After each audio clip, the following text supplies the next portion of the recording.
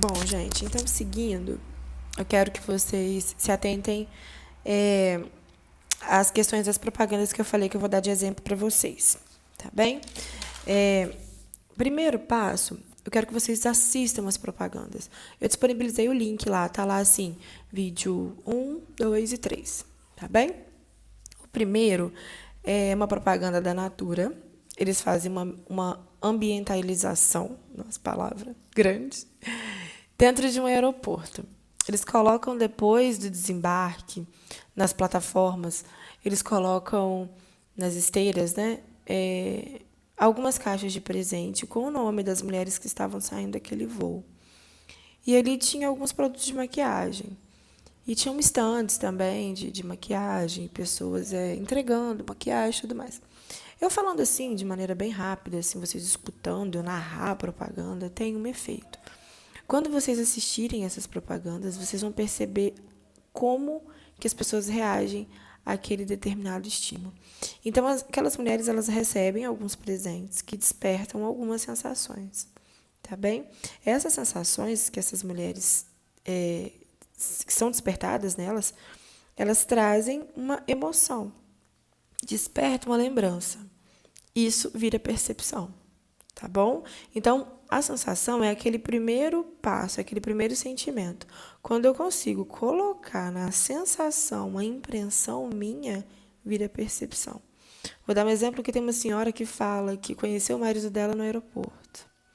Aí ela fala assim, eu conheci meu marido no aeroporto. Acho que ela fala, tantos anos atrás eu conheci meu marido no aeroporto.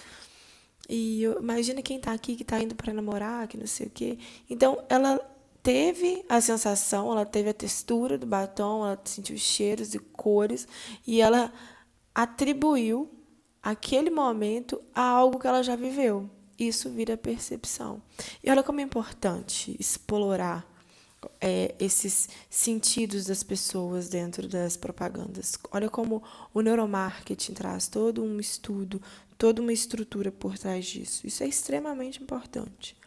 Entendeu? A gente conhecer, dominar essas técnicas faz com que o mercado fique mais atraente. E eu vou falar isso para vocês daqui a pouco também. Bom, aí a gente tem esses links, né, que são dos vídeos, e o primeiro é da Natura. O segundo é de uma cerveja famosa, uma marca. Eu não vejo por que também falar as marcas, já que a gente está usando, né, técnica de publicidade, é uma marca, é a cerveja Brahma, e fala exatamente o que o autor falou conosco agora há pouco, que o produto pode até ser muito interessante, mas a propaganda não teve nenhuma relevância em relação ao produto. E ela é muito engraçada, gente. É muito engraçada mesmo. Não tem nada assim, nada apelativo, não tem nada, mas uma propaganda que traz ao cara. Ele toma uma cerveja, ele tem aquela sensação de frescor. Mas eu quero que vocês entendam, não tem nenhuma relevância com o produto, porém desperta essa sensação. Quando a gente toma e vê o, o suor do cara secando assim, sabe? Você consegue perceber como seria a sensação de tomar uma cerveja e sentir essa refrescância. Entende? Aí, ao mesmo ponto, ele mostra assim um bonequinho, né? A propaganda tem um bonequinho que a namorada dele faz, tipo esses bonequinhos voodoo. Aí mostra ele, tipo, apagando o isqueiro dela, o bonequinho fazendo xixi, apagando, acabando com a graça dela. E ele tá num ambiente legal, tá num bar, né? Então, para algumas pessoas, desperta a percepção de vingança. Entendeu? Ela estava querendo se vingar dele, ele foi lá e deu troco nela. Foi uma percepção que muitas pessoas poderiam atribuir à própria vida. Quero que vocês entendam, desculpa. Exatamente isso, que as propagandas nem sempre elas trazem nas suas propagandas, as marcas nem sempre trazem nas suas propagandas a importância do seu produto, como é feito, igual eu falei o exemplo da cerveja, o lúpulo, o malte, a quantidade de levedura e tudo mais. Não, ele trouxe ali uma outra coisa que também teve uma funcionalidade, que também despertou sensações e percepções das pessoas. É uma propaganda criativa.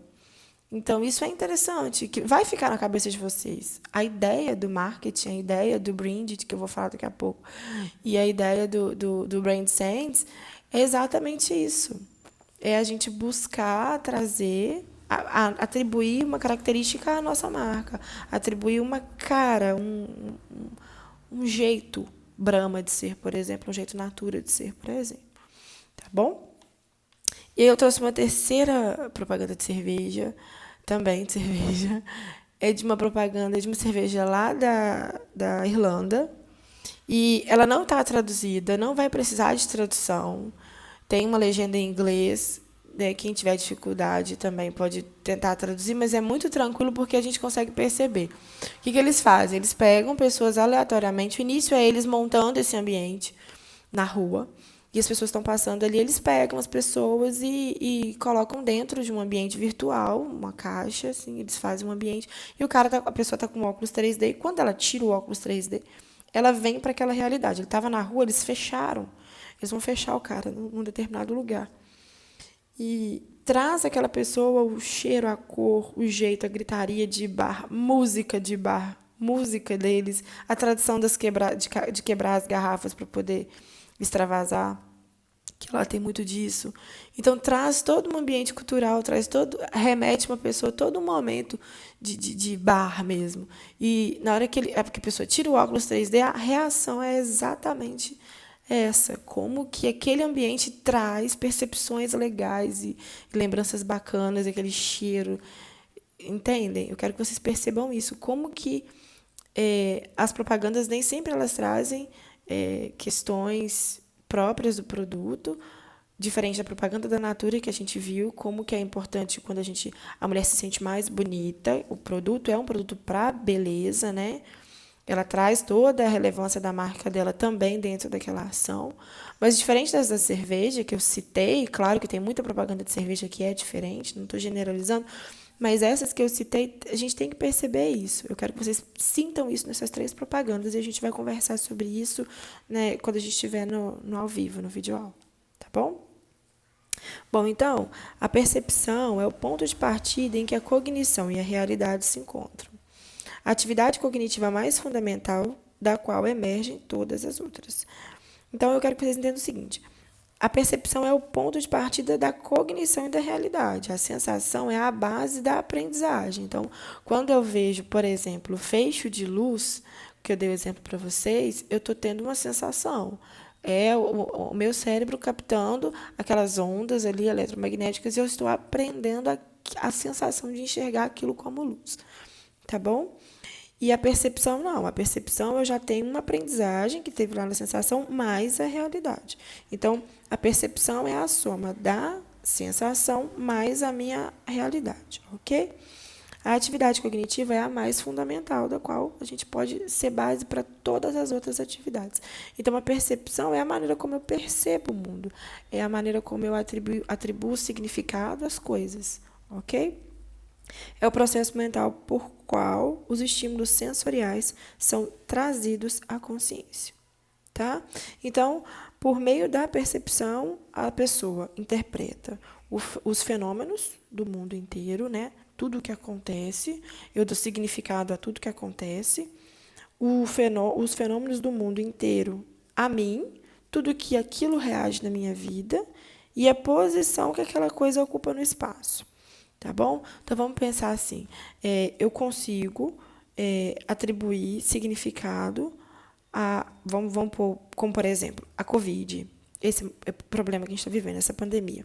Eu estou atribuindo, eu estou interpretando a Covid de uma maneira, a minha vida, com o isolamento social. Eu dou uma determinada importância ao isolamento social. Eu sei como que isso vai interferir na minha vida. Então, eu primeiro dou significado, depois eu sei como interfere na minha vida, entendeu? E eu sei a posição que isso está ocupando na minha vida, como isso tem mudado a minha rotina, como isso tem mudado a nossa rotina. Tá bem? Então, a percepção, ela faz com que eu entenda e traga para a minha vida significado das situações que a gente vive. E eu dei o exemplo da Covid porque não é algo palpável. Às vezes a gente tem a impressão de que a gente atribui a coisas, né? Mas eu quero que vocês entendam também que existem momentos, principalmente momentos. Eu quero que vocês não fixem só em objetos, porque a gente às vezes fala de propaganda e de público-alvo, mas eu quero que vocês também entendam que a minha base é a cognição do ser humano, é o pensamento do ser humano, tá bom?